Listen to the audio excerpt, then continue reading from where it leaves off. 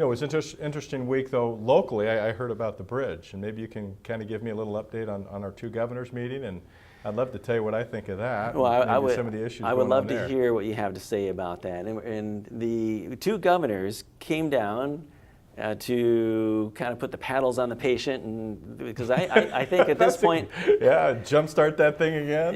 Yes, the CRC project has become so unpopular, and there is no money. That okay, they're gonna be after 15 years of quote studies, which to me I'm thinking they're just giving money to the promoters of light rail. After 15 years of this, they're saying now we're going to be very decisive. We're going to make the decision for you. No election. There was no talk of any election for the maintenance and operation of light rail for anything. Full speed ahead, top-down decision saying Clark County, we're going to do it to you. And if we don't get federal money, then we're going to charge you higher taxes and you're going to higher tolls, and we're still going to stick it to you, even if there's no federal money.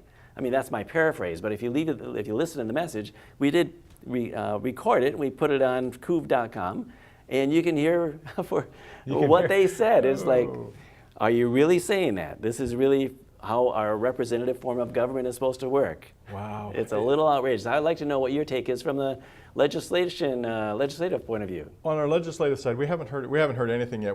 It's interesting. We've discussed some tolling up in Seattle, and I know that there's some difficulties actually up in Seattle on the, is it the Narrows Bridge up there that they just started? The Tacoma Narrows? The Tacoma Narrows Bridge, and there's some problems and challenges, I think, as there is in anything, but I think the tolls are a little higher. And on their way higher yet. They are. I remember the original election was for $3, and it's much higher than that. Yeah, I think they're at $4.50 or $4.50.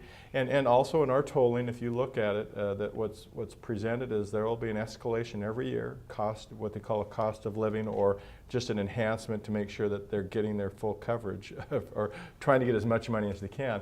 What I thought was interesting out of the conversation the other day was when Governor Kitzhaber basically said that he wanted to start tolling like really soon.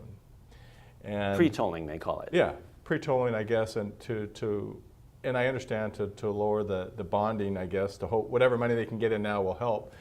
What will be interesting, Dave, is to see if as they start to toll, if they do that earlier, it'll be interesting to see how it actually impacts traffic.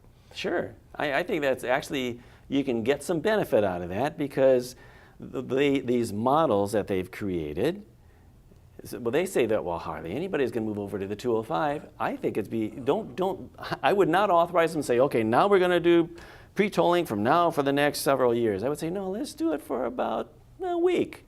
Or, some period of time that it is temporary and it will be turned off as an experiment. Because you know what, I'm guessing they won't have to build a bridge. You know why?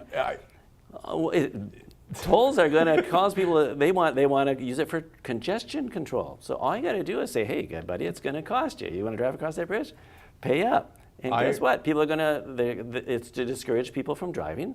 It'll work. Why build a new bridge? You just simply constrict the jugglers there, and guess what? The blood flow is reduced. Dave, honestly, I really believe that. I really believe if they do some pre-tolling and really want to do a study, and you do it for a month, 3 weeks, 2 weeks, whatever.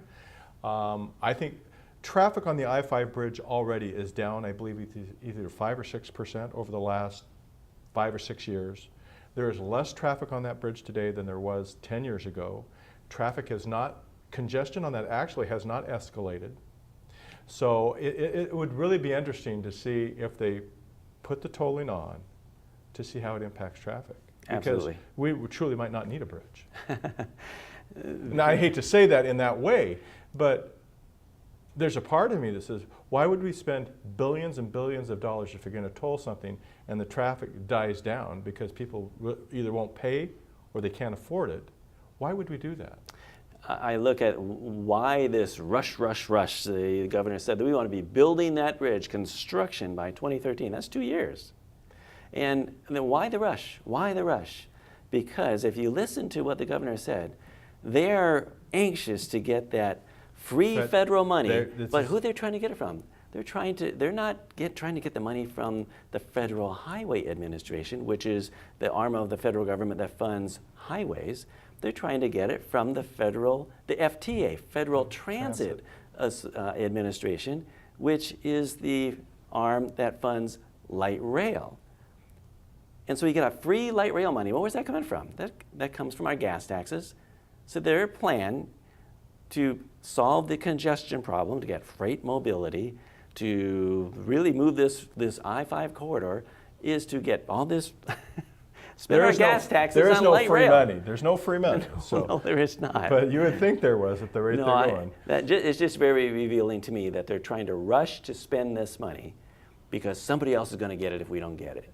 And if every state was doing that, no wonder no wonder there's no money for highways. No wonder there's no money for bridges and keeping up with the growth that we have in the area.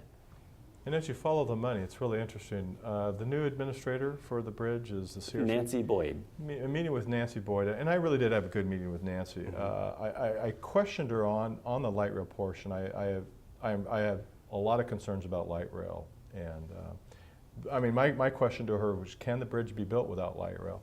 And what you bring up is a good point, is that there is a portion of that, believe it or not, that light rail money this actually is building a portion of the bridge.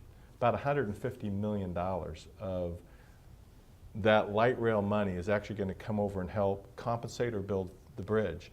And I think the total bridge package was at $350 million or $400 million. Now that's to build the bridge itself, not any of the other meanderings going on out there, which less there is a than ton. 10% of the cost of the cash project. Yeah, That's true. So it sounded like about, you're right, and I'm talking cash, I'm not talking the interest and all that. So it sounded to me like what the real interest in here was, yeah, but Paul, so if we pulled out light rail, she says, do you understand that a portion of that light rail money is building the bridge?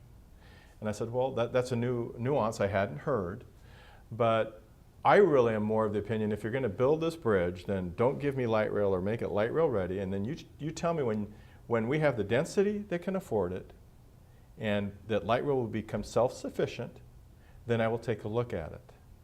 And it didn't sound like we were going down that road together. Yeah, I think people know where I stand on this project. The detractors. Well, as far as the rail, I'm just talking now light rail. If you're going to force something down my throat, then let's make it something that's feasible, that pays for itself, that we have the density for. And none of those things, Dave, we aren't ready for light rail in this community. And I don't know, honestly, that we'll ever have, hopefully we will never have the density for that, because I don't want to live in that type of place. That's why I chose to move here. That's why so many people chose to move here rather than Portland, because this has its own character. We don't want to turn this into Portland. Well, Portland can't afford light rail either.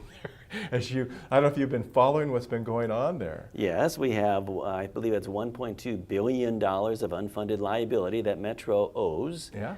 And they want to make Clark County a tax base. They want us to get in bed with them, and we don't want to be in that bed. No, I would not prefer that Portland be taxing Clark County. And if we pass the sales tax increase, that's where that money is going to go. We're going to be paying them to operate light rail on our side of the bridge. And I don't ever see, what's interesting is I don't ever see that going away either. I don't ever see us actually paying for light rail and the ridership paying for light rail, which means once we enter into that, that is a tax that will never go away.